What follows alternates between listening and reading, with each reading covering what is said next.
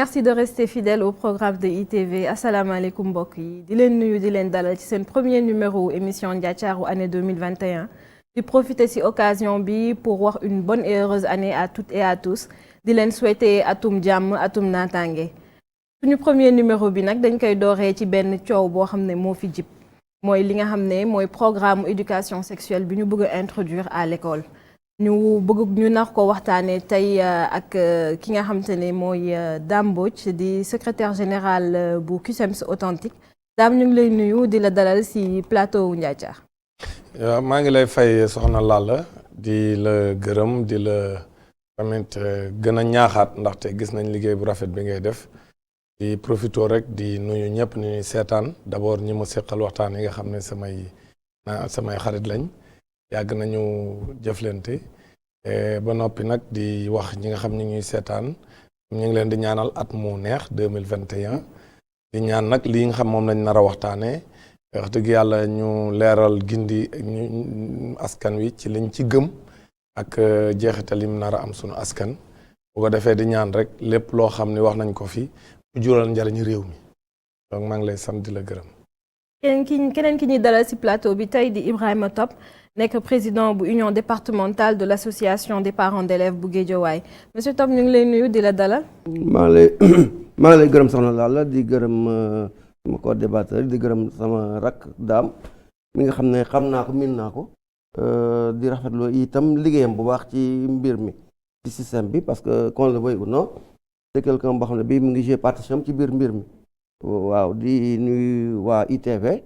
waaye di la ñaan rek nag au préalable nga may ma parce que dañoo génn 2020. 2020 dafa métti lool. dëgg la. am yu fi xewoon yoo xam ne yii ñëpp a ngi koy métti ci askan yëpp ci kër yëpp muy ay nit ñu fi faatu ay kilifa yu bari. kilifa yi rek la ñuy tudd mais ñeneen ñi faatu ci kër yi ñu ngi fi.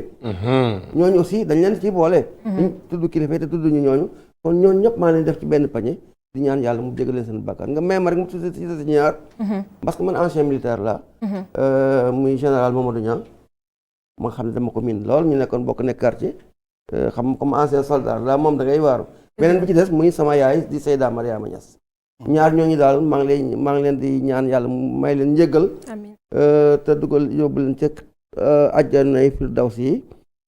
di ñaan également comme ni ko daam waxee lépp lu ñu fi wax yàlla na njëriñu askan bi yàlla bu ñu fi wax it luñ ñuy xeebee asalaamaaleykum wa rahmatullah jërëjëf di dalal émission bi tamit dinañ ci ànd ak ki nga xam ne mooy professeur Badara Ndiaye professeur ñu ngi lay nuyu di la dalal. merci Lalla di la fay di am mbégte di dalal suñu gan yi tey pour discuter de ce thème. xanaa profiter de l'émission Ndiathiar rek pour présenter nos meilleurs vœux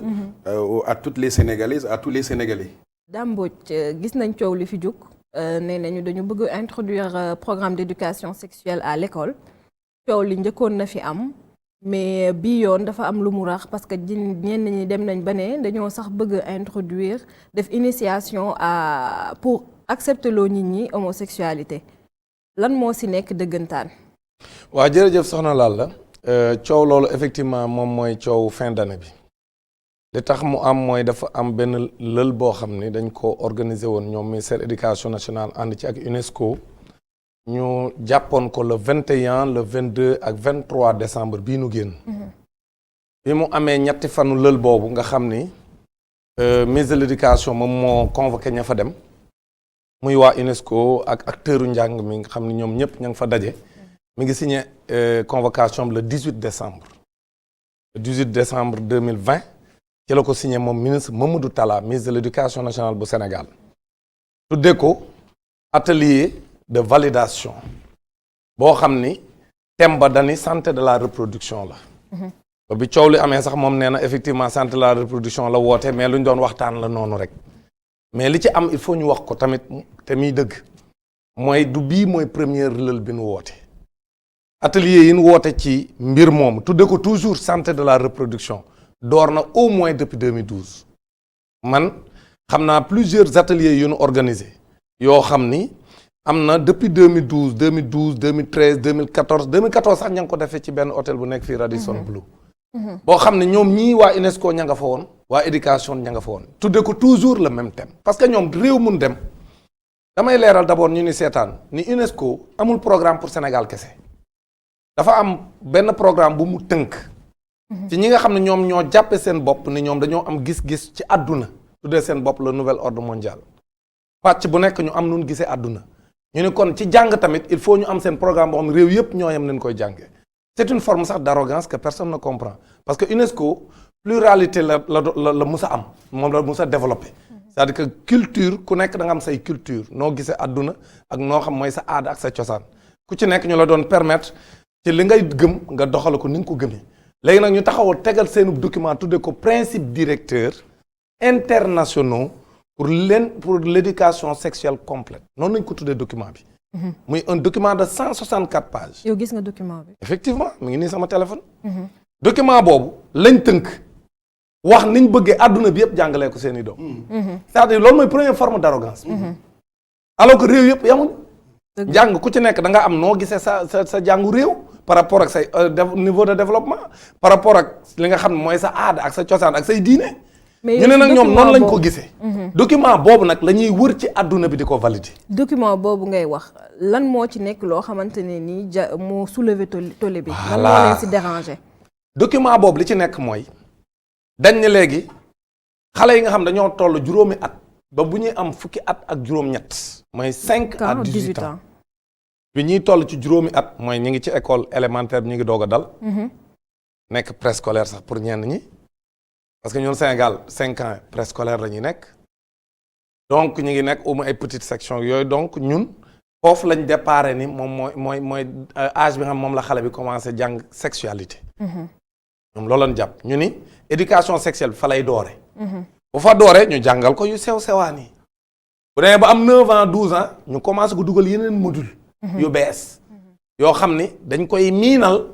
ni ñoom adduna bi gis nañ ni dañoo bodd ñi nga xam ne dañoo am seen orientation sexuelle bu bokkul ak ñeneen ñi ñu ni kon comme ñi ngi bodd ñu am orientation sexuelle bu wut ak ñeneen ñu ni d'abord ñoom liñ principe yi ñu njëkk a teg moo tax ñu tuddee ko les principes directeurs mooy nit mën na nekk am awra góor ba noppi ni moom du góor nit mën na am awra jigéen ba noppi ni du jigéen donc ñu ni ñoom dañuy wuutale awra muy le sexe ak genre ñu ne ñoom loolu dafa wuute. loolu lañ développé ci 164 pages yooyu ñu ngi ci ay rubriques yu bari yu ñu développé ne genre bokkul ak sexe. waaw léegi ñu ni famille aussi dootul rek. nit takk soxnaam ñu am ay doom. famille mooy bu la neexee ñaari góor mën nañoo nekk tuddee seen bopp famille kenn ki nekk jëkkër ji ki ci nekk jabar ji. jigéen tamit ñaari jigéen mën nañoo nekk kenn ki nekk jëkkër ji ki ci nekk jabar ji ñun tuddee seen bopp famille ba noppi adopté seen doom nekk en famille. bu leen neexeet ñu bañ a adopté ñu ne loolu mooy nouvelle conception bin jox famille ñu ne famille dootul góor gu dem takk jigéen ñu am ay doom. léegi kon looloo ñu dugal ko ci document boobu ñu tuddee principe directeur. waaw léegi nag ñu ni loolu na ko nit ña lawal wut ay leçons yuy wone loolu ba xale yi màggaale accepté ki nga xam ne moom dafa wuute ak ñoom. maanaam ki ne jigéen di def yëfi góor. wala muy dem di sëy ak jigéen comme moom. wala ki ne góor di dem sëy ak góor comme moom ñu ne loolu seen liberté la te am nañ ci droit ndax ñoo moom seen bopp. léegi loolu nan ko lawal ba xale yi accepté ko ci école bi. beneen bi mooy ñu ne xale bi tamit moom boppam muy góor muy jigéen plaisir am moom moo ko moom. kon loolay éducation sexuelle bi ñuy wax noonu. ñu ne nan ko bàyyi won ko ne ko moom yaramam mën na koo utiliser nu mu ko neexee parce que moom boppam. léegi nag yaramam boobu na ci xool rek plaisir parce que plaisir bi moom moo ko moom te moom àddunaam kenn mënu koo dogalal donc léegi nag noo tax xale boobu bu dee juróomi at la am wala juróom-ñaar nan ko won ne ko sa yaram yii xeeti bànneex nga ci mën a def. te boo koy def bu la neexee wut ko wuteeg yow sexe mais wan ngaa wutal koo xam tam yéen a yam sexe ñu ne nan ko jàngal xale yi ci seen tur tànk soxna Lalla lii mënta bañ a jur coow sunum réew. parce que ñun nag suñuy diine day tere d'abord. nga wut benn xeetu bànneex ci sa awra te amoo jëkkër ñun suñuy diine moo koy tere. c'est important aussi ñu leeral ko nit ñi. c'est-à-dire que yow sa diine d'abord muy chrétien yi nga xam moo am fii Sénégal parce que ñun ñaari diine fi gën a fës. waaw mooy diine islam ak diine chrétien ñoom ñaar yëpp. dañuy tere nga sëy te amoo jëkkër. d'abord kon xam nga ñu ngi ñuy agressé ci sunu foi. ci sunu ngëm-ngëm maanaam ñu koy jàngal xale yi neen def leen ko dagan na. wàññiwul dara kon kooku xam nga day ñëw di bafouer les fondamentaux de religion yoo xam ñun moom lañ gëm. loolu moo tax mu heurté sénégalais yi. moo tax bi lël boobu amee man ma génne sama audio mu wër vraiment réew mi ñëpp jot ci. kilifa yu bëri jot ci ñii woo nañ ma ñii woo nañ ñeneen ñoo xam jege nañ ma ñii wax nañ ci télé yi ñii wax ci rajo yi coow li bëri ñëpp gis ko. ministre éducation génn ne lël boobu du woon pour loolu. alors que lël boobu. looloo ko taxoon a jóg parce que nee naa la 2012 ba 2018 déjà 2018 coow amoon na. mais du ministre bi kese xam naa nañ si ñëwaat même président ci grand entretien bi mu def. jour 31 décembre expliqué na ne moom tant que mu ngi jiite réew mi loolu du fi am. waaw soxna Laal léegi damay wax sénégalais yi ñuy seetaan ni leen kenn mënut a wedd li may wax 2012 lël am na. ci même thème bi. ñoom duñ ko tuddee parce que nit ñi li ñuy wax mooy lu tax tuddee wuñ ko li ñuy wax ñoom dofuñu xam nga tubaab bu bëggee dara. bu bëggee dem Thiès duñ la Thiès laa jëm. maanaam mbubbal ma la ca biir moo leen ci intéressé mais ñoom santé de la reproduction lañ ko tuddee muy terme moom si presque boo ko bëggoon traduire loolu nit ñi sax lu jafe la. santé de la reproduction maanaam dañoo jël benn terme boo xam si dafa mën a ëmb lu baari ñu tuddee ko thème bi. léegi nag bu ko defee loolu lañ def 2012 te boo demee ba ca biir document ba jàngale njàngum sëy ci xale yi tuut tànk yi moo fa nekk ca document ya jàngal leen ni accepté leen góor jigéen ku nekk nu la neex mën nga koo mel am sa orientation sexuelle loolu moo nekk ca document yi depuis 2012 def ko 2013 2016 2014 yépp bu ci ne am nay atelier yu ñu fa organisé ñoom UNESCO ak éducation nationale tuddee ko toujours santé de la reproduction ba bi indi coow li nii santé de la reproduction la tudd bii moom lañ ci maintenant nag biñ demee mooy li tax mu am coow rek mooy bële dañ daan waxtaan di jéem a sensibiliser acteurs yi bii yoon dañ ko bëggoon bii nag danoo ñëw ni dañ koy introduire dans les curricula loolu moo indi coow li c'est-à-dire dans les programmes scolaires le ministre Mamadou Talla wax ci convocation mu leer naññ convocation bi su la neexee mën naa la ko jox nga projeté ko mu leer naññ ñëpp di ko gis moom ci moom atelier bi li mu convoqué mooy l'introduction un atelier pour l'introduction donc de module de santé de la reproduction dans les programmes scolaires noonu la tuddee atelier bi te leen nag lu tax leeralu ko mooy pexe bi ñuy def depuis des années parce que xam nañ ni bu ñu leeralee sénégalais yi ni dañoo bëgg a wax bind ci ab atelier ni éducation sexuelle ci école élémentaire bi ba noppi dolli ceeb ñu accepter l'orientation sexuelle des uns et des autres mooy l'homosexualité maanaam góor jigéen ñu mën koo accepter ci biir sunu société mais bu ñu ko bindee noonu atelier ba yàqu. looloo tax bëgguñu koo bindee noonu waaye loola moom lañ dëxëñ ci biir. waaw depuis des années nag. monsieur Top yow ci seen kuréel bi ngay jiite lan mooy seen xalaat un peu si coow loolu nga xam ne jib na fi man li ma lay bëgg laaj tamit beneen laaj bi mooy est-ce que tey jii war nañ mën a jàngale sexe ay xale yu nekk école. loolu moom. nit ku nite sax waroo ko xalaat nit ku simple rek ku nite am njaboot am ay doom waroo xalaat ne daañu jàngale lu mel noonu ci école ñun bu dee loolu am na. mais xale yi tamit dañu leen war a jàngal lool c'est-à-dire damay rejoindre un peu dama bëgg wax ne bu dee loolu am na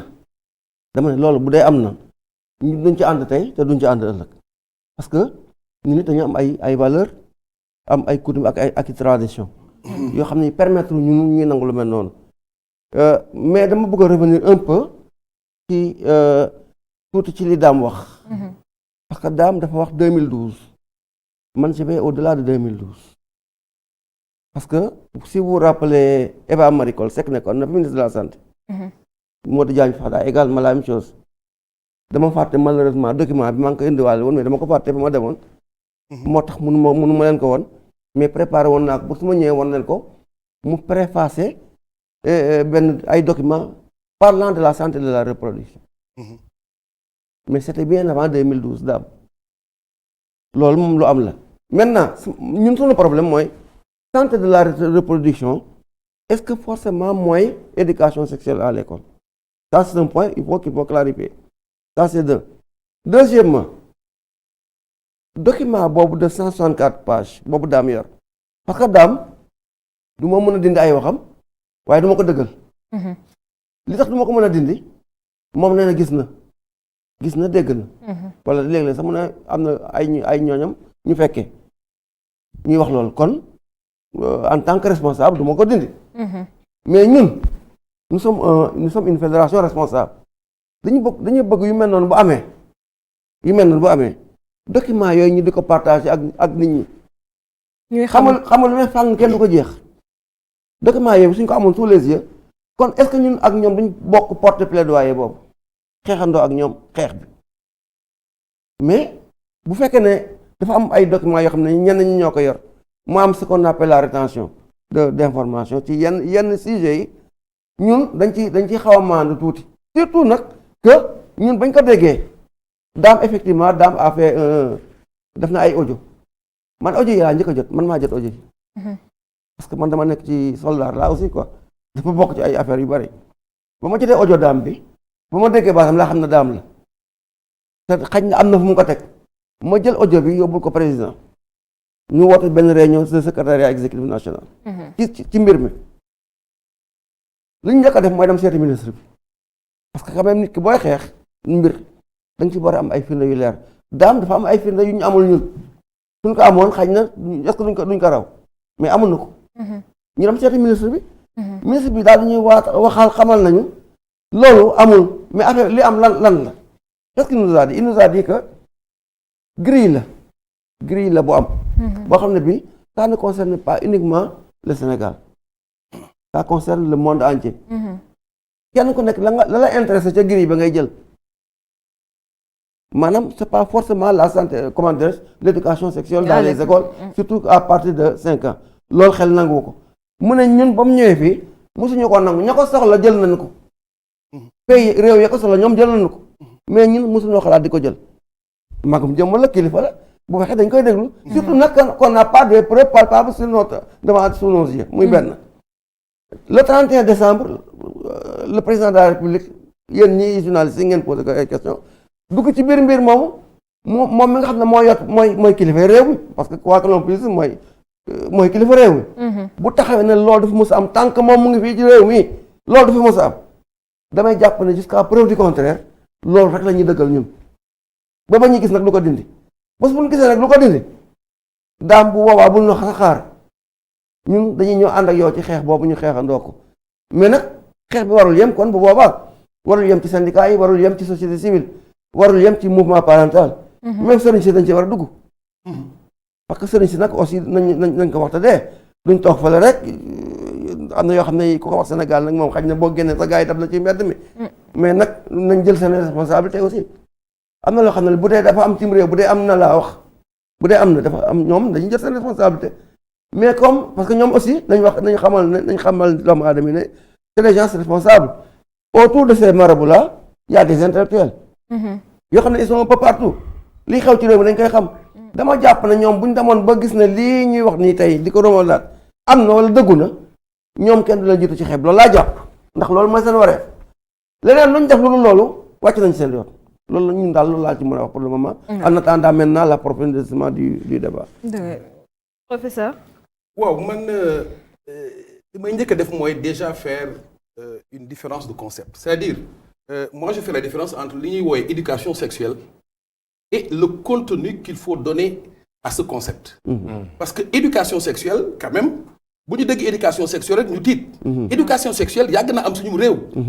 dans nos maisons il y a une éducation sexuelle mais le problème qui se pose mooy ñoom contenu bi ñu ko bëgg a jox quand le problème s'est posé le ministre a fait une sortie et il a voulu être clair et précis en disant que mais il n'y a jamais eu de changement de curricula il n'y a pas de réforme il n'y a pas de module ni aujourd'hui ni demain quelques jours le président de la République le soir du 31 décembre a été plus que catégorique moom it tant que mi ngi fii yooyu bu ñu ko xalaat mais le problème mooy man dama gis benn hiatus entre les déclarations officielles et ce qui se passe sur le terrain parce que ni ko daam waxee mais le séminaire a été organisé par le ministère de l'Éducation nationale et comme ni mu ko waxee mais le thème de l'atelier était très clair moo tax syndicat yi bi ñu fa demee ñu convoqué les acteurs de l'éducation thème bi lan la woon nga baal ma thème bi lan la woon le thème c'était thème bi nga xam ne moom le ministre bu joxee bi mu envoyé les secrétaires généraux des syndicats quand même le G7 le thème je vais le chercher tout à l'heure c'est en rapport avec l'intégration donc de cette question de la santé de la reproduction sexuelle ñu war ko discuter xool ba xam sur nos curricula lan lañ ciy jàngale bu ñu xamee lañ ciy jàngale ñu xool nañ la ñuy jooyante ak nu ñu koy améliorer c'était ça le thème et donc bi gars yi demee ba toog ñu waxtaan ci biir waxtaan bi ci la ñu découvrir que ñoom ils ont préparé déjà un contenu de ce qu'ils appellent une éducation sexuelle et c'est ça ce qui a été certains considèrent comme étant un piège et heureusement ñi fa nekkoon je pense aux syndicalistes le G7 ils ont été très vigilants parce que bu ñu def woon ndànk peut-être dinañ valider loo xam ni xamuñu lu ne ci biir et donc heureusement ñoom ils ont refusé de valider et d'ailleurs c'est l'occasion pour saluer quand même cette vigilance des syndicalistes parce que nag on n'a pas affaire avec n'importe qui les enseignants c'est des intellectuels lu ñu dugg ci li leerul looloo indi coow li donc man dama gis ni module yooyu yëpp ñuy jéem a dugal ci réew mi c'est avec le soutien financier des étrangères des puissances étrangères je crois que ce projet-là précisément a le soutien financier ce qu'on appelle du ministère de l'Europe et des Affaires étrangères de la France moom moo financé projet bi c'est tout le problème c'est-à-dire le problème de finance olof dafay wax naan ku la abali bët fu ko neex ngay xool tant que suñu système éducatif mënuñu ko financer avec nos propres moyens ci yii la ñuy dëkk parce que ils vont nous imposer seen gisin nan nañu war a éduquer suñuy doom alors que ñun on a toujours éduqué sur le plan sexuel nos enfants cette éducation existe et j'aimerais tout à l'heure ñëwaat ci éducation sexuelle ça existe donc ce qu'on ne peut pas comprendre c'est que ñoom ñu réfléchir sur un contenu lu ñu war a jàngal xale yi à travers le monde bëgg ñu ko imposer ñun donc damay d'accord tout à l'heure avec Dame Mbodj bi muy wax naan mais dafa dëppawul ak suñuy aada dëppawul ak suñuy ngëm-ngëm dëppawul ak suñuy cosaan même si mais la question de l'éducation sexuelle existe Dame li muy wax dëgg la nee na éducation sexuelle dafa nekk loo xam ne dafa exister suñu ay société dañ koy jàngale sax ci kër yi tey jii xam nañ ne kër yi mun naa ne parents yi amatuñu jot est-ce que tey jii lu bon la éducation sexuelle boobu ñu ñëw indi ko ci école bi jàngale ko ñi nga xam te ne ñoom lañ ko war a jàngal. non nañ leeral Sénégal de tout temps élève buy def 4e. dañ koy jàngal loolu école bi loolu waxuñu ko. maanaam di ko jàngal les organes génitaux et cetera. non jàngal organes génitaux ak éducation sexuelle bokkul. non si damay wax ne dañ koy jàngal dama départ ci loolu dama lay wax ne ay thèmes la quoi. di ko jàngal ay phénomène de menstruation pour les filles et cetera yëpp dañ leen koy jàngal ci école bi. parce que loolu prof yi dañ leen ci tàggat les profs des études dañ koy jàngale. ñun amuñu problème boobu ak les profs d'économie familiale ñun amuñu problème boobu ci ñu jàngal leen ko ci âge boobu ci loolu parce que loolu lañ leen daan jàngal buñ ca tollee parce que seen âge puberté buñ ci tollee war nañoo xam yu bari waa kër ga dolli leen la ca des parce que nag lu ci bëri seen yaay yi ñoo koy def ci ñoom xale yu jigéen yi seen yaay moo leen di wax bu ñu waree gis mbaax lii nga war a def lee nga war a def loolu éducation sexuelle la am na sax ci sunu ay culture fii au Sénégal xale yoo xam ne sax bu ñu xasee gis mbaax ci fa ñu nekk daa am yoon wu ñu leen di wutal ci seen kër pour ñu leen di ber pour la ne ñoom seen i culture la donc pour la ni fii dafa am ay différences culturelles man nekk jàngale naa ci région boo xam ne effectivement xale bu jigéen bi bu gisee baax sax du bokk añ ak reer ak waa kër gi ma kon ña ngi koy jàngale nag loo xam par rapport ak seen i valeur la parce que ku ci nekk ak différence am donc ñun amuñu problème ci loolu ñu ngi koy jàngale ku nekk ak ay conviction ak ay kiyam ci biir famille yi kooku kenn warantewu ko mais xam luñ d'accord nit jógee fële yore ay gis-gisu boppam ñu bëgg a ñëw taxaw teg ko avec beaucoup d'arrogance parce que document bi d'abord wala ma ñëw ci document bi am na ko laaj sànq atelier bi nu mu tuddoon maa ngi fii avec la lettre du ministre signée par Mamadou Talla le 18 décembre 2020 comme ni ma ko waxee woon mi ngi nii lettre baa ngi nii yaa ma dégg nu mu tuddee atelier bi daf ne atelier objet atelier de restitution xam nga tax restitution bi c'est important mooy daa am yu jaar avant c'est-à-dire que nee naa leen ay waxtaan dafa am ay at ba 2018 Serigne Mbaye Thiam génn na ni UNESCO bi coow li amee xam nga coow li amoon na 2018 man am na benn vidéo bu nit ñi di kii nii boo xam ne man booba 2018 yoroon naa vidéo bi mi ngi doon daw ci coow lii Serigne Mbaye Thiam génn ni l'UNESCO est en train de nous mettre la pression ñun le Sénégal pour ñu introduire l'éducation sexuelle loolu Serigne Mbaye Thiam waxoon à l'époque en 2018 état Sénégal ñoo la gën a xam ne li ñuy wax nii naan ñi mel ni lu bees la loo xam yëguñu ko woon comme ni nga président Macky Sall dégagé en tous ci en grand entretien boobu non mais loolu sénégalais yi les sénégalais qui ne sont pas avertis la ko mën a gëmloo mais ñoom li ñu wax dafa leer atelier de restitution de la revue et de l'analyse de l'intégration c'est important parce que ministre bi dani lu ñu daan def rek la dara bee sufi du loolu la gëm loo parents d'élèves bañ demee seeti ko il leur a fait avaler des couleuvres du loolu intégration mooy lu duggagul te moom dani lu mos a jàngale la moom loolu la wax porte parole am loolu la wax intégration mooy lu ñuy dugal lu duggagul am di xam nga tubaab la ñuy làkk mun ñoo nax nit ñi fii mun ñu fee naxante l'intégration de l'éducation à la santé de la reproduction bu doon ma nga fa kay duñ ko dugal am di kon du lu bees la waaye ñii bi mu demee du leen wax lu bees loolu lan la xam nga ñin fii Sénégal aussi ñu ñëw rek développer un discours nii nga accepté ko dafa yomb trop ñu ni dans les programmes l'intégration de la santé de la reproduction dans les programmes scolaires au Sénégal ñu ngi nii leer nañ mën naa la ko transfert kay mooy daa am lu bees lu nu war a dugal ci biir programme Sénégal yi ci nekkul introduction du wala boog man dama déggatul tubaab l'intégration dans les programmes boo fa nekkoon daan ko dugal donc xam nga il faut pas ñu nekk bi di jéem a dox ci xelu nit ñi lañ bëggoon mooy dugal lu bees loolu lan la lu bees loolu mooy xale yu nekk ci juróomi at parce que Sénégal daan na ko def ci xale bu am ay 12 ans 13 ans 14 ans bu ñu def 4e xale bu am 5 ans seen document bii nga xam mi ngi nii ñu tudde ko principe directeur internationaux c'est un document international qui voilà mi ngi nii. Sur l'éducation à la sexualité, oui. Principes directeurs internationaux sur l'éducation à la sexualité. lii mooy document bi UNESCO validé, c'est vrai. validé ko au niveau de l'ONU. ba noppi nag ñu jox leen comme mission. ñu introduire de faire le tour du monde. non ñoom ils ont les Illuminati ils ont un programme mondial. ils ont une nouvelle vision du monde. ñoom noonu lañ ko gisee. léegi nag ñu ne leen réew mu ngeen dem fexe leen ba valider ko. bu ñu xasee valider les principes maintenant réew mu nekk nag xool nu mu koy dugalee ci éducation mais lii mooy dëgg quoi donc doyen je suis désolé mais yéen pour man les parents d'élèves bi ngeen demee ci ministre bi li ngeen waroon a wax di waxu leen ko nan lañ mën a defee lu toll nii di waxtaanee lu toll nii ci réew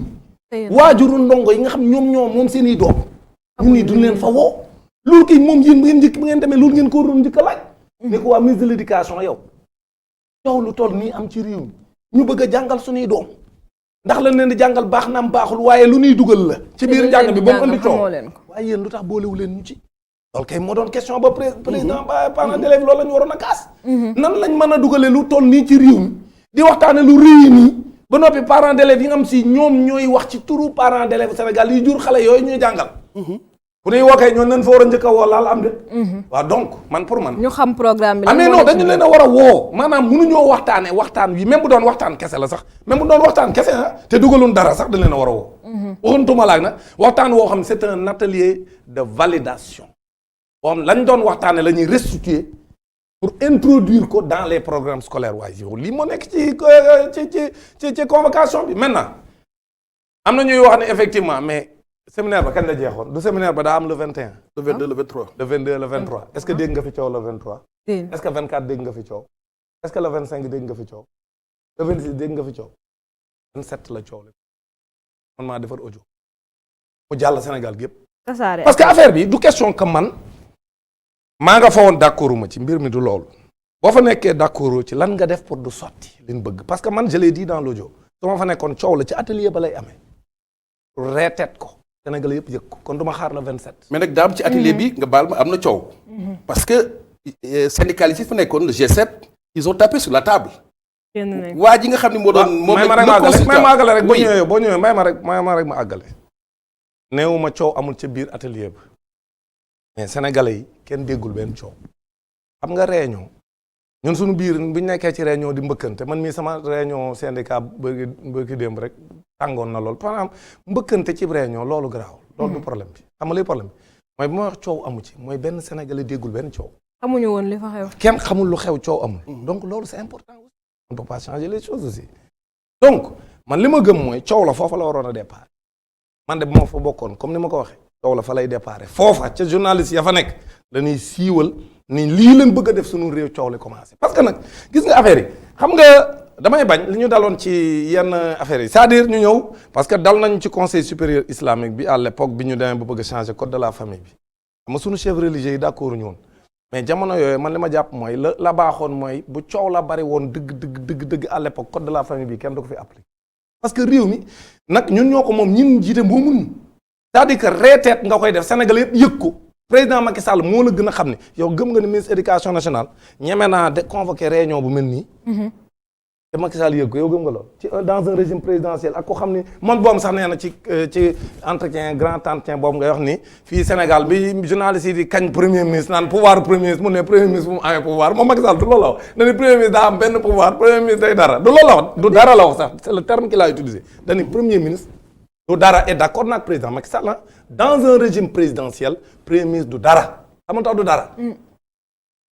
nun koy jox ne ko doxal ko la rek moom mu définirul dara c'est le président de la République qui définit la politique de la nation waxantuma la ak ab ministre du dara devant le président de la République benn ministre ñemewul woo UNESCO woo ay partenaires techniques et financiers jël seen xaalis convoqué ab séminaire ñuy valider loo xam dañ ko war a dugal ci suñuy programme scolaire moo ko bind moom ministre éducation nationale le président de la République jéegu ko kenn ñemewul man xam naa ministre yi kenn ñemewul Macky Sall ñeme bu toll ni moo tax logique am kay mooy président Macky Sall bu dee yëg ko woon moom it comme ni parents d'élèves yi wax bu dee yëg ko la conséquence devait être comme mu dàq ministre bi parce que yëg ko am déet ministre bi def lu toll noonu lu rëyee noonu te moom yëgu ko parce que nee nañ ma ni mu ko waxee quoi ci entretien bi ni mu ko waxee ñàkkal ko fayda waaw nee nañ ma da koo soofantal voilà soofantal ko daal ni nee nañ ma ab réunion bu amoon à Salé la mais fii suñu dëkk ak suñuy ngëm-ngëm ak suñuy diine kenn sañu ko fee def mais kon kay mooy ministre am non attends damay daaneel kon ministre am tooñ na ko mooy def na lu mu yëgul loolu lay signifié et pourtant ñu ngi dajee conseil des ministres bu ma ne mu war ko rendre compte te rendre ko ci compte d'après ni mu waxee mooy nee nañ ko ab réunion la rek bu am noonu ci lu réy nii kon kay la conséquence devait que mu dàq ministre bi parce que Macky Sall ko xam na ne ministre bu fi jël décision bu mu àndul buy xëy di rëq sa ndigg kon nag gis nga bu ñu naxante seen politicienne yooyu ñu nekk di def ni wër-wëral gis nga le président Macky Sall était au courant depuis plusieurs années que l'UNESCO porte un projet mondial d'introduction de l'éducation sexuelle dans les différents programmes des pays et d'acceptation accepter nangu nguur jigéen ci àdduna bi pour mu law parce que nee nañ ni ñuy bunduxataale góor jigéen ñi ci àdduna bi ñoom danañ ko xeex ba ñu bàyyi leen ñuy am droit di def seeni marche ñoom góor jigéen yi comme ni muy amee ci yeneen réew yi di am droit di fésal seen ngóor jigéen di def seeni mariage ñëpp di ko yëg te kenn du leen tëj loolu lañ bëgg moo tax ci code de la presse bi ñu def ci une disposition buy tere journalistes yi ñu def luy ŋàññ ngóor jigéen mi ngi ci code de la presse bii ñu bëgg a valider nii ci article 18 bi donc gis nga li ñuy wax ni ñoom comprendre xaar man su ma comprendre tuuti monsieur Top c'est-à-dire que programme bi ñu teg li gën a déranger par ñoom daam ak yooyu man ci li ma jàngat ci li muy wax c'est plus affaire góor jigéen bi que programme d'éducation sexuelle bi jàngal xale yi sexualité ak yooyu donc yeneen ponk yi ñu ci wax yéen accepté ngeen ko jàpp ngeen ne tey ji éducation sexuelle lu war a mun a nekk la dans les écoles à l'âge de 5 ans waaw ma ñëw waaw ñëwal waaw xam nga éducation sexuelle comme ni ñu ko waxee tur wa sax changé woon nañ ko bu njëkkoon noonu la demee woon ban ko changé la nekk santé de la reproduction loolu lu nekk la mais man fekkee naa see benn rencontre boo xam ne bi man rencontre boo comme ni daam di wax su ma fa gisoon loo xam ne li méngoowul ak suñuy aada ak suñuy cosaan foofa la yem oui man laa wax bu ma ko fekkee woon ci loola bu dee comme ni mu ko waxee nii noonu la demee kon foofa laa yuux ba Sénégal gépp dëgg ndax béy laa bala maa dee damay yuux yaa ngi dégg mais sama problème mooy entre la santé de la reproduction éducation sexuelle dans les écoles il faut qu'on fasse cette différence là ça c'est un c'est important li may wax nii deuxièmement ñëpp d'accord nañu ne jàngal xale bu am 12 13 14 ans jëm 15 ans loo xam ne dina tax mu aar boppam ba kenn du mën ci moom dara ëllëg loolu lu am solo la ñun d'accord nañ ci loolu ñun parents d'élèves ñoom wax ñu 12 de 5 la ñu wax waaw dama ne waxuma dama ne ñoom laa wax li ñu wax waaw dama ne man ñun li ñu d'accord ñun xale bu dem ba maanaam en classe de 4e jëm 3e jëm ci kaw kooku di ko xamal di ko prévenir beneen bi ngóor jigéen ak lesbienne yàgg na ci réew mi dañu waxante dëgg rappelez-vous góor jigéen yooyu doon def mariage fële ci école boobu ca Kaolack yéen nga fàttali. ba ñuy def ba ñu fekk leen fa. police ak yëpp ñu daw. man xam naa ca kenn ku dëkk du ma tudd turam. fekk yow ma ko nag waaye dem naa bañ ne ma diw mii ca ñooñu ña dawoon ca la bokk. yaa ngi dégg booba la wax ji waroon a jóg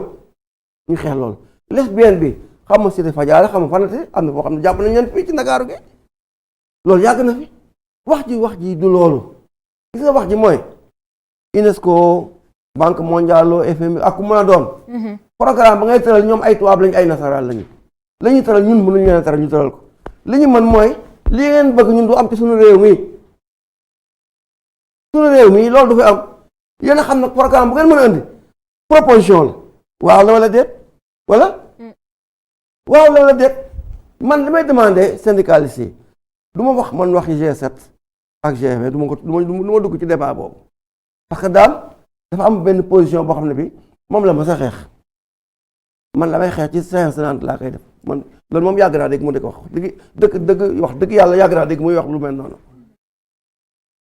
yu mel nii bu amee man du ma xaar ba génn ca mbedd ma di xeex foofa laay xeexee ca saase ñëpp yëg ma kooku je le lui concède maintenant G7 ndax def nañ la war a def wala defuñu ko kooku je lui laisse cette responsabilité là parce que moom moo nekk ak ñoom moo leen xam man ñun comme newuñu ko du ma mën loolu jox ko sama nopp di déglu moom la ca la muy wax mais li ma leen di ñaan ñoom daam ñii ak waa G7 ñoom daam ak ñoom waa G7 ñoom ñëpp syndicat yi bu ñu amee tey yu mel nii nga xam ne dafa nekk une question nationale nañ ko partager ak ñi nga xam ne bu xeex jotee ñoom ñëpp ñoo ànd xeex bi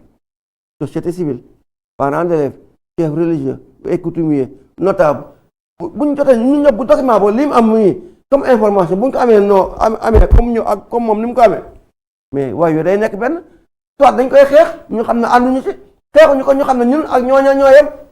waaw dëgg la. muy ñaar ñetteel bi mooy xam nga ñun loo xam ne woowuñu ci bañ demee li ñu njëkk wax ministre daa wax nga dëkk dafa am loo xam ne li suñuy doom nag droit à l'éducation lañ wax waaye bu xale amuloon jàngalekat du am. ministre de l'éducation do am loolu war nañu cee woow nuñ ci bañ demee xam nga am na loo xam ne ñun dañ ko régler ci biir ab néeg duñ ko wax xam nga daam liberté bi mu am di ko wax ñun duñ ko def ndax ñun duñ ay syndicat bokkuñu nag daam na mu ko mën a waxee ñun mënuñu ko waxee noonu waaye lañu war a wax ministre bi fa ñuy toog ca biir ab néeg lañ ko koy wax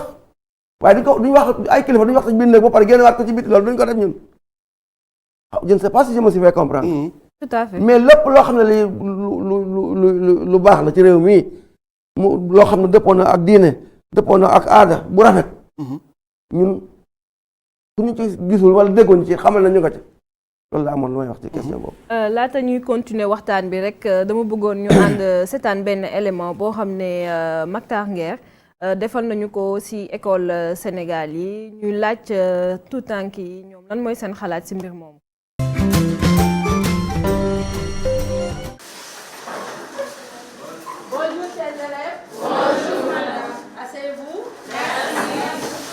ñoo ngi école Manguier tey jii dañ fi wàcc ngir waxtaane coow li tukkee ci éducation sexuelle bi ñuy laam-laamee ni UNESCO daf koo bëgg a dugal ci école élémentaire yi ki jiite école bi ak jàngalekat yi jàpp ni bu dee jàngal élèves yi li aju ci néegu sëy am na ci programme yi ba pare waaye dafa am classe bu mu war a tàmbalee. jàngalem éducation sexuelle yàgg na ci lycée yi ak collège yi kenn waxu ci woon dara parce que comme ni ñuy jànge science xale bi war na jàng pour xam yaramam. daan nañ jàngale l'appareil géniteur de l'homme et de la femme dañ ko dessiner en science donc suñu nee tey dañ koy dugal bon loolu mu ngi woon ci kooku gisuma ci lu bees mais nag kanta jàngale lu weesu loolu laa day xaw a indi vraiment ñu gisaat encore lu ñu war a jàngal xale yi. njàngale moomu nag ñoom jàpp nañu ni wuute na ak li ñuy laam-laamee te ànduñu ci. man d'accorduma ci dina am jeexital loolu daal damay leer lu wax lu leer vraiment d'accorduma ci tey d'accorduma ci ëllëg nañu jàngale science morphologie éducation sexuelle comme ni ñuy jàngalee yeneen partie du corps yi voilà mais vraiment liñ ci bëgg a toftal ñëpp comprendre nañ ko jarul sax ma di ci ñëw. dem nañu ci site internet bu UNESCO ba jëlee fa kayit gi ñu tënk lépp lu ñu gisee wàllum éducation sexuelle ak li ci aju ñoom nag ci biir ñoo ngi ciy xamle ni naal nañu soppi gis-gis bi ñu bëri gisee sëy njur ak li ci aju te xamle nañu ni ci njàngale mi lañ ko bëgg a jaarale jàngalekat bi ñu fekk muy jàngale mathématique day jàngale waale science naturelle ci école bi. genre programme boobu amoon na mu ngi dans les thèmes de SVT en classe de 4e on étudie la reproduction maintenant xëy na kay lu ñu waxtaan yi ci médias yi ak le séminaire qui s'est passé à Saly donc amuloon au primaire et d'après commentaires yi dañ ko bëgg a introduire première dès le CE1 CM1. li mu jàpp mooy àndu ci benn yoon. dès le préscolaire ou bien dès le primaire du moins donc jàngal xale yi les questions de sexe là ou bien de reproduction donc jaaduwul man je suis d'avis avec les syndicats que enseignement boobu noonu waruñu ko jàngale à une étape plus bas au primaire donc en 4e donc nous avons affaire avec des adolescents. élèves yi ñu fekk ci classe bi itam am na nuñ ko gisee. xalaat naa ci lu baax de pour ñu jàngal xale yi loolu tam ñu mën koo xam waaye tamit benn côté am na ñoo xam ne seeni parents bëgguñu ñu jàngal leen ko parce que am na ñuy naan day yàq xale wala dara. des fois moom góor jigéen ñi moom ñu bëgg a dugg ci affaire yëpp loolu moom des fois foog gars yi di ko surveiller ndax góor jigéen ñi ñu bëgg a yàq. kii di président Macky Sall itam àdduna ci ndorteel at mu bees mi. suñu aada suñu cosaan suñuy valeur may ñu def liñ ñu bëgg a defloo te ku yaakaar ne alal mën na tax wala sa tey budget nee naa la nga téye sa budget loolu lu leer la gouvernement bi amu si kenn koo xam ne ñeme na wala xalaat na di dox luy indi façon yooyu ñu bëgg indi si école yi Sénégal du ko nangu. bu dee UNESCO la wax nañ leen nañ jëlaat seen i kayit denc ko delloo ko fa mu jóge fii loolu du fi jib. programme bi nag UNESCO moo ngi ko fas yéene amal fii ak 2030. ñu ngi koy jaajëfal bu baax moom Mactar Nguer ci reportage boobu nga xam ne defal nañu ko damay jox parole rek ki nga xam ne mooy Professeur Badara Ndiaye xam naa ne boo xam ne bëgg nga ko def. waaw commentaire quand même pour rappeler que man jàngalekat la je suis dans les classes même si toogalu ma fi syndicat d'enseignants yi peut-être que man ak Dame Mbodj mi bokkuñu syndicat mais dañoo nawlante parce que nous sommes des enseignants et j'aimerais quand même rétablir la vérité parce que sànq daam bu fekkee wax na ni jour boobu moom bu fa nekkoon parce que yëf yi am na le 21 le 22 le 23 déggoo coow le 24 le 25 le 26 le 27 nga ko dégg dafa mel ni ñi fa nekkoon ñoom it bëgguñu woon wax coow mi alors que demewul noonu c'est pas parce que neewoo fa rek que ni ña fa nekkoon aussi la ñu waroon def defuñu ko loolu aussi bëgg naa ñu xaw a neewloon te tuuti parce que ña fa newoon le problème se posait ñoom li ñu njëkk a wax syndicat d'enseignants yi bañ ñëwee mooy nañ leen leeral les concepts mu jur coow. ci atelier bi dem nañ ba parler de blocage parce que dañu woon affaire bi du continuer c'est quand bi ñu tuddee affaire de validation ci la enseignant yi nag jóg taxaw ne leen loolu du am parce que le problème mooy enseignant ña mu jiite ay nawleem lañu ëpp ñu leen xel ëpp ñu leen jàng dañ leen a doyloo teg leen ci kanam donc amuñu fitu di jël ay décisions yoo xam ne base bi àndu ci ñi ci c'est ça le problème et ce qu'il faut dire Dame a raison que le gouvernement jël na décision introduire cette éducation sexuelle yemul foofu da ko wutal buntu fi mu bëgg a jaaree mooy c'est par le parc c'est le programme d'appui n'est-ce pas au renouveau des curricula fa la bëgg a jaaree moo tax waa parc ña nga fa woon ci atelier bi mais ce qu'il faut dire quand même que muy parc muy enseignants yi ak professeurs yi ñu invité woon c'est des responsables c'est des sénégalais y a pas plus sénégalais que man gënuma leen doon sénégalais ay parents d'élèves la ñu parmi eux nombreux sont ceux qui ont dit non à ce projet et ils ont dit qu'ils ne vont pas valider et même le consultant bi nga xam ne moom la UNESCO jëloon pour mu ñëw mener l'atelier moom ci boppam dafa taxaw ne man atelier bu mel nii ba may dal di def ay atelier mosuma dajeek atelier bu mel nii parce que atelier bu yombul woon ça veut dire que donc quand même il faut saluer la vigilance des syndicalistes et des enseignants et même pas les enseignants mais les gens du parc qui étaient là-bas et qui ont dit non à ce projet et qui ont décidé de ne pas valider ce projet man laa la amul problème ak éducation sexuelle yàlla xam na ni mën nañ poser les débats est-ce que l'éducation sexuelle mën nañ ko passer au primaire au secondaire, en terminale. C'est un débat qu'il faut poser. Parce que, ce qu'il faut dire, il y a une éducation sexuelle, il y a une vie sexuelle, c'est l'enfant. Loolu science da ko jàngale. Xale bi doog a juddu. Ba muy am 1 an, 2 ans, 3 ans, 4 ans, il y a une vie sexuelle. Maintenant, qu'est-ce qu'il faut enseigner? Lan la war a mën a xam ak lu mu warta mën a xam, c'est ça le débat. Ñoom dañu ñëw indi seen principe sur la sexualité bëgg ñu ko imposer. Alors que en réalité, wax nañ ko, fi ñu bëgg a dem mooy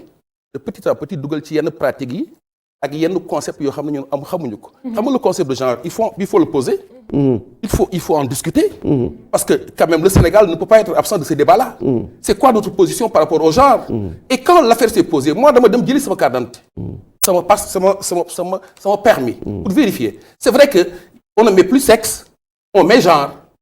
Mais pourquoi on met genre? Ñu ne masculin. Mais parce que le terme genre est beaucoup plus élastique. Boo doon def sexe góor nga wala jigéen ñu ne góor wala jigéen. Mais boo dugalee genre. mu leer nañ. ñu ne la yow góor nga. wala jigéen nga wala ban genre nga. c'est-à-dire mën nga doon góor jigéen wala nga doon leneen. c'est ça le problème. Donc de plus en plus yaa ngi koy dugal ci biir mi ngi dugg ndànk. Et donc moi je pense quand même que on peut parler de l'éducation sexuelle. Mais le contenu nañu bàyyi ñun dañu am suñu culture. Il y a eu toujours une éducation sexuelle. sama benn xarit damay fàttali ne mais ñun suñu aada ñun dañuy jàngal xale yi. Xale bu jigéen bu demee ba am yenn âge yi bu mag a doomu bàyyam di sëy dañ ko koy booleeg moom topp dafay am c'est une éducation sexuelle de manière subtile. Man tey damay dugg classe yenn saa yi mais yàgg nga dégg góor sa góor ñi jigéen sa jigéen ña. Parfois mu dugg classe gis benn góor boo xam ne ci jigéen lay toog yenn saa yi moom bala ko ni ko pourquoi nga toog si jigéen ñi dama ci morom góor yi. yenn saa ma gis jigéen yooyu lañ bëgg a dindi l'égalité fille garçon. Ils veulent nous imposer une culture, ils veulent nous imposer une civilisation, alors que nous, on a une identité culturelle. Et le problème, c'est comment peut-on revendiquer pour l'individu, nit ki nga revendiquer sa liberté de choisir une identité de genre et refuser à toute une société, mais la liberté de choisir son identité culturelle. Ça n'a pas de sens. Nous respecter la diversité culturelle, pas ku nekk ak sa identité culturelle. Bàyyi ku nekk xam la ngay jàngale sur l'éducation lan ngay jàngale say doom. Mais doo xalaat say xalaat li nga xalaat nga bëgg ko imposer toute l'humanité. Dame bi ñu seetaanee reportage bi man ci li ma si jot a gis c'est que il semblerait que xale yi peut-être li leen si xaw a gêné mooy comme li mu wax introduction wu genre bi ñu bëgg def initiation à l'école ak yooyu mais xale yi ñoom bañuñu ko leen jàngal éducation sexuelle parce que benn gis nañ kenn ci ñoom wax na ko nee na ñoom bëgg nañ xam parce que man aujourd'hui li ma leen bëggoon laaj foofu mooy est-ce que tey jii jàngal éducation sexuelle pas comme classique bi ni nga koy waxee jàngal nit lan mooy ay menstrues ak yooyu parce que c'est un peu abstrait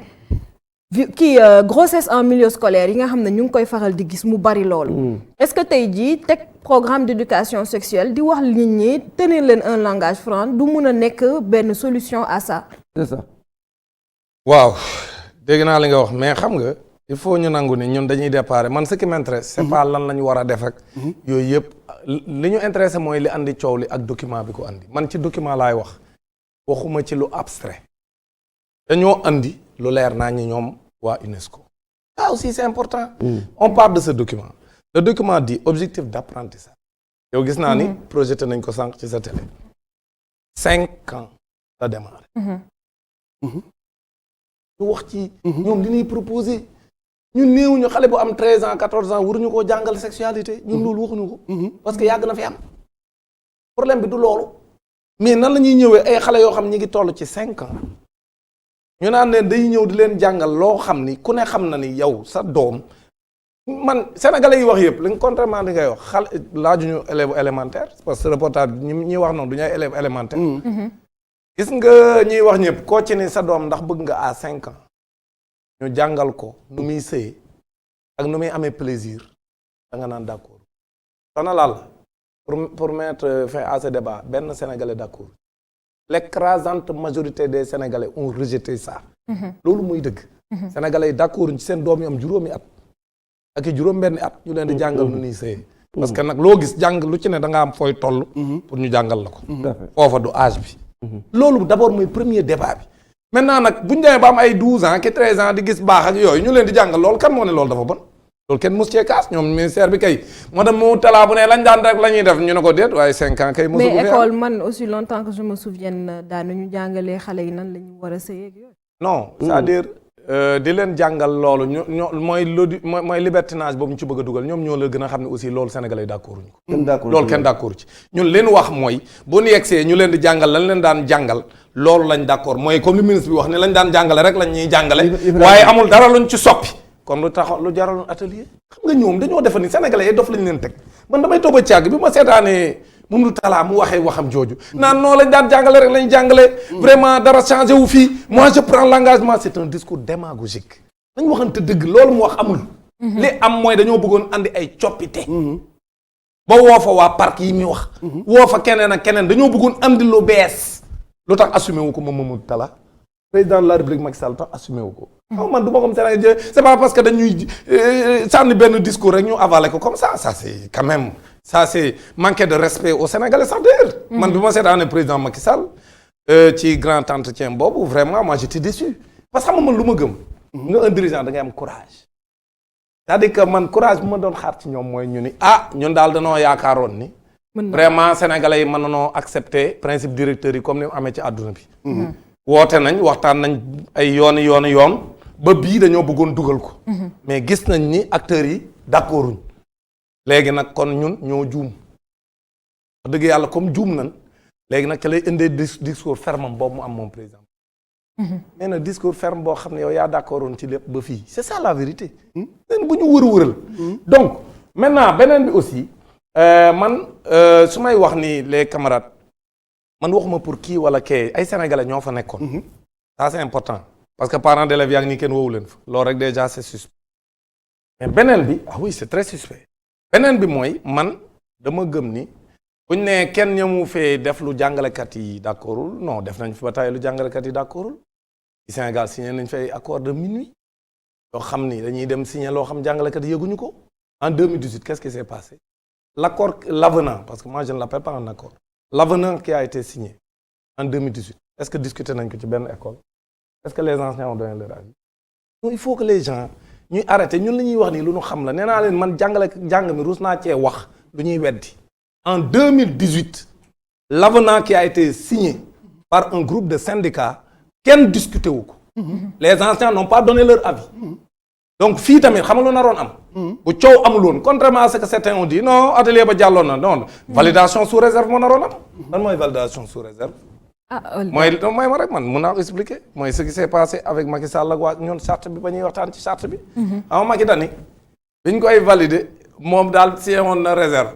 mais valider nañ ko valider ba rek a ci am solo mooy la charte des assises dañ ko valider même fekkee na ne moom dañ da cee defoon réserve problème bi du ay gis nga ay syndicats yi ñëw toog rek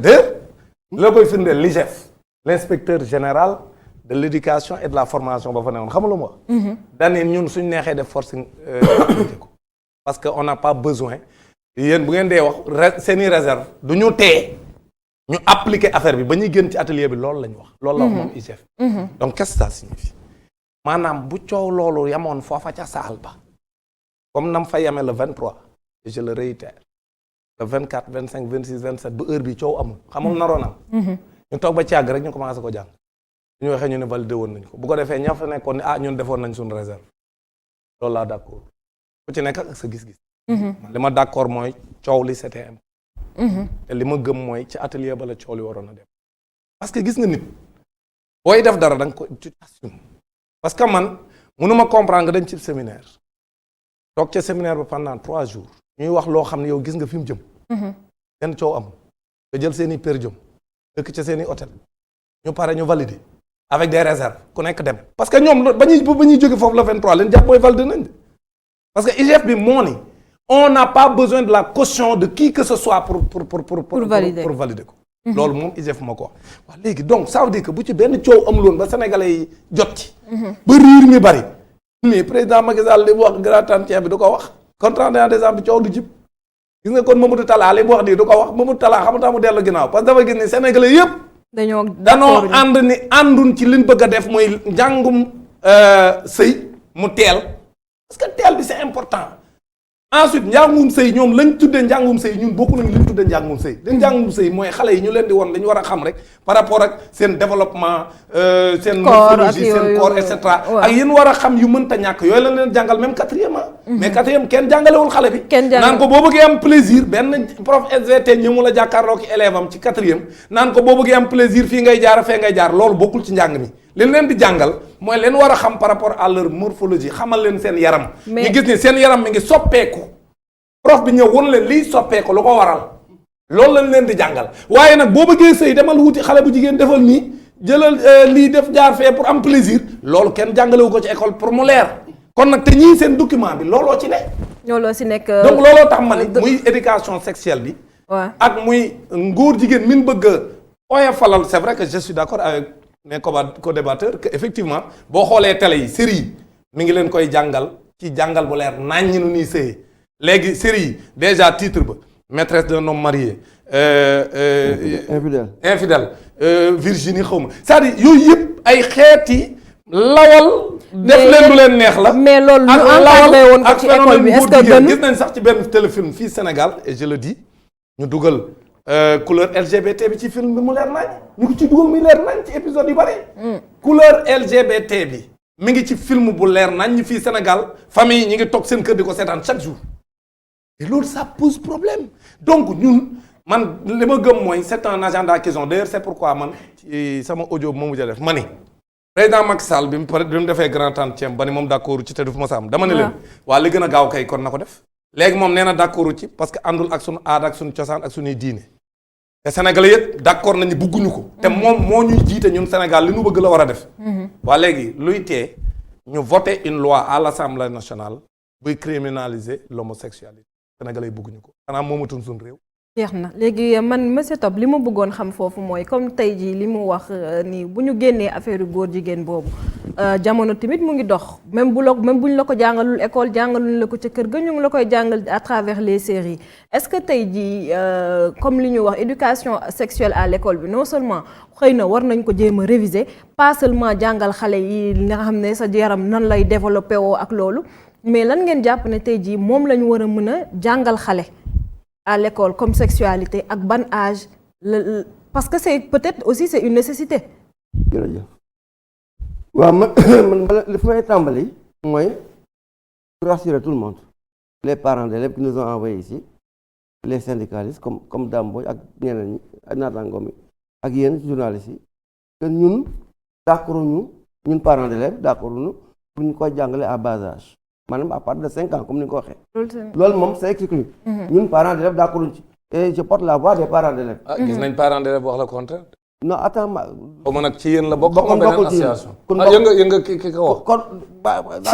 on a en tout cas bokkul ci ñun nous sommes une fédération responsable ay kilifa fa nekk te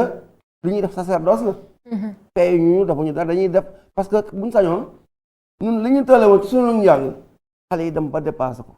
ñu am ay Dame Mbodj am ñeneen ñi mel ni Dame Mbodj ay grande am ay Ba Ndiaye monsieur Ndiaye loolu lañ bëgg ñun on n'était pas mauvais sur le plan intellectuel maanaam le plan intelligence laa bëgg a wax mais njàng surveillance bi ñi am ba tool ñefe ay Limaamu Laay ku de ñun amuñu ko woon man dama écouter sama njàng dem armée parce que booba dafa metti ma daw dem quartier boobu quartier amul soxla wuñ sax CEP dangay dem rek c'était l'art des nullards c'est ça la réalité aussi léegi rek le changement am ñuy am ay licenciés ay maîtrisards rek nangam ak nangam mais sunu temps ñun moo tax gars yi ku ci làkk tubaab nga dee da ngay dee rek licence loolu mooy li amoon ñoom ñooñ mën a téye fetal rek mën a tiire wala mën a dem frontière bon loolu dama ne loolu duñ ci d'accord maintenant man damay remercier di féliciter le président de la République xam nga ak lu mën a xew taxawoon na wax à la face du monde et du Sénégal. non loolu kay kenn waxtu ko man li ma bëgg a xam rek mooy foofu laa jëm si dama ne kooku nee na loolu du am te du mës a am nii aujourd'hui nii demee kooku nañ ko jël tegee ko ne la maintenant daa xamoon nañ ne lii mooy ñëw wala ñëwuñu kooku moom ñun mën nañu ci prononcé wu ndax xamuñu dara leeruñu ci. non dama ne man yéen en tant que parent d'élève naka lañu war a mën a encadrer éducation sexuelle ñun on est preneur éducation sexuelle lan lañu war a jàngale modéré mooy comme li daam wax à partir de 4e ñu jàngal menstru xool soo jotee règle naka ngay def ñaata fan nga ko war a am naka ngay moytoo ndax période bi ak période bi boo ci moytul ko laal say ween moytul ko def nangam am na yoo xam ne yi ay attouchement yu demee noonu yooyu dañ ko war a jàngal xale yi ñu xam ko. bu ñu leen ko jàngalul ci école bi ñu wan leen ko ci mbedd mi wala ci série on préfère. Il y a même les téléphones avec la pornographie aujourd'hui. Est-ce que bu nekkoon di leen télé beeg téléphone yi mooy réseaux sociaux benn la rek. yaa ngi dégg ñun on préfère que ñoom daam ñi jàngale ci SBT yi ak économie familiale yi ñu xam ko su ko defee ñoom ñu mucc parce que ñun lañu am na yu bëri yoo xam ne kenn waxu ko. am na yuy xew ci dëkk bi ci école yeeg ci mbedd mi même ci kër yi y a les cas d'inceste qu'il faut dire yooyu ay cas inceste yi am na donc du ci école ba rek am na day am ci biir kër yi di am ci école yi di am ci mbedd ma loolu moo tax ku mel ni daam moo tax moom chaque fois bi mooy sa ñaari yoon ñuy toog débat maag moom dama naan ko daam man de comme maay sa mag dama lay ñaan leen affaire de leen gërëw te bàyyi débrayage ñun débrayage bëgguñu ko xam nga débrayage suñu xale yi duñu leen mën a contrôler xanaa xam nga débrayage moo gën a métti grève dëgg la ñoom dafa ne foofu loolu la ñu xam ñoom syndicalisé de leen ñu dimbale bu ngeen bëggee ñu ànd ak yéen ñu dimbale ci loolu loolu daal mais kuy xeex nag xam nga grève xeex la waaye kuy xeex nag attends kuy xeex day xool fu metti mu dóor waaye mais comme yéen da ngeen bëgg ñun léeg-léeg ñu ànd ak yéen ñun foofu muy méttee ci ñun bu leen ko laal dëgg la professeur bàyyi la rek nga tënk liñ fi jot a wax léegi parce que foog naa heure bi egg nañ suñu waaw xanaa wax rek ne c'est vrai que on ne peut pas réduire le débat on ne doit pas réduire le débat entre des conflits syndicaux parce que le débat dépasse le cadre syndical effectivement que muy dàmbooj que muy keneen ce problème société bi la ñu interpellé et mbéjum kanam boroom a koy fajal boppam. C'est à la société de se mettre debout. L'État a les milliers. Parce que ku la abali bët fu ko neex ngay xool ils ont signé des choses. L'État a les milliers. C'est ça l'enjeu. ñun ñi nga xam ne ñoo fi ne di population bi ñun ñoo war a taxaw nag tem parce que contrairement à ce qu'on dit le projet n'est pas validé. Si le projet n'est pas validé c'est parce que ce jour-là il y avait des gens responsables. Il faut que nit ñi jóg taxaw. am na loo xam ni même bu ñu ko validé woon ñun enseignant lañu man on ne peut pas m'imposer oui enseignant mën na leen imposer ñu jàngal lu ñu bëgg a jàngal mais kon école bi tas donc ñoom ñoo gën a xam moo taxoon ñu bëggoon ko dugal en douce ça a été un piège qui a été flairé et là il faut que nit ñi taxaw que société bi taxaw nag parce que ñun bokkuñu ak yeneen réew yi ñun dañoo am suñuy réalité société bu nekk ci réalité sociologique nañ ñu bàyyi xam nañ ni ñuy yare suñuy doom. Je discutais avec mon petit frère, il me dit, mais moi je me fàttali ne ma mais ñun en France, c'est vrai que xale yi adolescents yi dañuy gis ko dóor sa yaay dóor sa papa. Parce que il traverse une crise d'adolescence loolu gis nga ko fi ñun on a réussi dina am. On a réussi à gérer la crise d'adolescence. C'est une éducation sexuelle réussie. Donc on a ñu gëm-gëm ñun gëmuñu ne xale bu jigéen bu sa yaram yaa ko moom def ci la neex déedéet. suñu société mooy yow sa yaram da nga cee am wàll. waaye sa famille da ci am wàll c'est dans la takkal sa sër parce que bëgguma lu ma rusloo da nga am ay nawle loolu la ñu yare ñun loolu la ñu gëm da nga am dignité xoolal sa nawle yi xoolal sa waajur xoolal sa papa wala ñu rusloo donc sa yaram moomoo ko alors que ñee dañ naan la sa yaram yaa ko moom vous êtes responsable tu fais ce que tu veux bokkuñu paradigme lan la nañ ñu bàyyi ñu yeer suñu doom nañ yeer seen doom nu mu leen neexee nañ ñu bàyyi ñu yeer suñu doom selon nos réalités socio-culturelles. Dame ma bàyyi la rek. waaw li mu fi mu daanee la rek wax dëgg yàlla loolu rek moom mooy wax ci. wax dëgg yàlla ñun mënoo am sa gis-gisu bopp ba koo imposer àdduna bi yëpp. nee naa la première forme d'arrogance. bi ma ci gis man. mooy defarub document. nii la ñuy doxee ma loolu mooy premier problème bi. maanaam ni benn gis-gis laa am. ku leen xam nag ñoom ak ñi nekk seen ginnaaw xam ne loolu la ñu am maanaam ñoom gis-gis la ñu yore ci àdduna te loolu ñu gis. ci pàcc bu mu mën a doon ci àdduna bi dinañ fexe ba loolu jàll dinañ ci jéem parce que ñoom ñoo contrôler la finance mondiale. yow gëm nga ne débat bi dinañ ci waxaat. non débat bi dañ ñëwaat noonu laa ko waxee nee naa leen non discours sur le plan institutionnel presque affaire bi jàll na au niveau institutionnel non kenn waxatu ko fi mu toll nii mooy li Ndiaye naan vraiment c'est des choses yoo xam si vraiment ñoom à leur niveau dañoo am les mains liées. mais lieu boobu loolu la c'est-à-dire que ñoom au plan international benn état ñeme man gisaguma ko benn état bu fi taxaw défier leen li ñuy def nii sur le plan institutionnel amul. état yi problème bi am mooy dañoo mënul dara ci seen askan président Macky Sall ba mu demee ITL lu ñu ko laaj. waa Italie bi ñu ko laajee dañ ne ko est-ce que góor jigéen yi am nañ ay droit au Sénégal mu ne ko ñoo ngi ñëpp a yem ñoo ngi ñëpp a yem en tout cas ñoom nit ñi am droit rek lañ am droit. xam nga loolu leer na. beneen bi mu ne ko est-ce que bu ñu dee exercer seen droit duñ am problème mu ne ko en tout cas pas avec le gouvernement mais ñoom nit ñi. loolu mënoo ko contrôler xam nga loolu ma lay won ni état sur le plan institutionnel ñoom accepté nañ ko parce que accepté bi nag. Le couteau sous la gorge quoi parce que ñoom dañ leen di financer ci beaucoup d'autres choses. C'est vrai que UNESCO ay partenaires parce que éducation 15% rek lañ ciy def ñoom les partenaires techniques et financiers sur les 100% ñun sénégalais ñoo yore sunu alal. di doxal sunu école 85%. maintenant nag ñoom ñu ngi ciy dugal seen 15% mais dafa am yeneen alal yu ñuy dugal ci yeneen secteur yoo xam ñu ngi financer état yi te ñoom ñoo ñu yore la finance mondiale contrôler adduna bi am seen gis-gisu bopp. yore si seen lu ñuy tudde ñoom le nouvel ordre mondial ñoom du ñu d'accord benn état di leen défier maintenant nag bu ñu ñëwee état bi naan ko man défier wu ma la waaye sama askan ñoo la défier moo tax ñun ñoo mën a régler problème bi ñun sénégalais yi ñun président Macky Sall bu ñu defee li ñu war a def te ñoo ngi def suñuy pexe ñoo ngi seeti kilifa diine yi ñoo ngi seeti kilifa aada yi ñu ngi seet ñu war a seeti yépp parce que li ñu jàpp mooy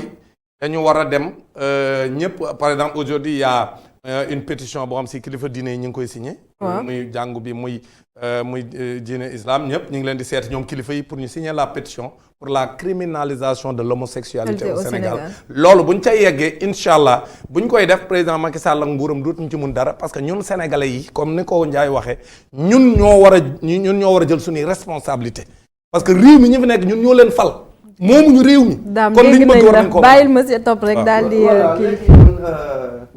may duggee. di ko tàggoo. mooy dama xool la constitution du Sénégal gisuma fenn ñu tuddee homosexualité ci constitution parcourir naa ko nag 7 pages bi ma ci am gisuma ko fenn fu ñu ko tuddee. ma dem xool code de la famille gis au contraire que sax yoon da koo bañ. kon déjà est-ce que nouveau droit mi ngi ci. dëgg loolu li ma la. loolu beneen débat la xaju fi tey de da ngay tàgg da ngay ci tënk rek. mais ñoom dañ koy dëxañ ci biir. waaw dama lay expliquer. est-ce que def nañ nouveau droit. xam nga yow dañoo def référendum dugal seeni nouveau droit. xam nga daam ci référendum daam bi teyal yow jàngalekat. waaw xam naa beneen débat ko. tubaab li mu bëgg du la ko wax. may ma ñëw daam xam nga yow. da koy def ndànk ba yegg ca foofu. loolu laa bëgg rek mu leer sa bopp. waaw yow jàngalekat nga. man duñ ko tuddee noonu. man temps bi ñu joxoon jeex na damay comprendre bu may waxee. waaw man dama am lecture la am. ak compréhension. ak interprétation. li ma yore. lire naa constitution bi ba mu jeex. loolu amu ci. lire naa code de la famille loolu amu ci. président Macky Sall ak ministre am ñoom ñaar ñëpp. ñoo dëggal nga ne loolu doo dafay am te du fay am mësa am. kon man damay wax ñooñu gàcce ngaalam daam nag après bu ñu génnee xam naa dina am lu ma dee. non man dëgg la di remercier rek suñu invité yi nga xam ne tawagaloon nañu fi Ibrahima Top ak Dame Mbodj di remercier professeur Badara Ndiaye. damay daaneel dimbale ma daaneel. temps bi jeex na. temps bi jeex na. voilà jërëjëf ñu ngi lay gërëm di la sant ci sa teewaay di gërëm Dame Mbodj ak professeur Badara Ndiaye. di remercier équipe technique bi nga xamante ne accompagné na ma pour la réalisation de l'émission di leen jox rendez-vous mardi prochain ci beneen Ndiathiar jërëjëf.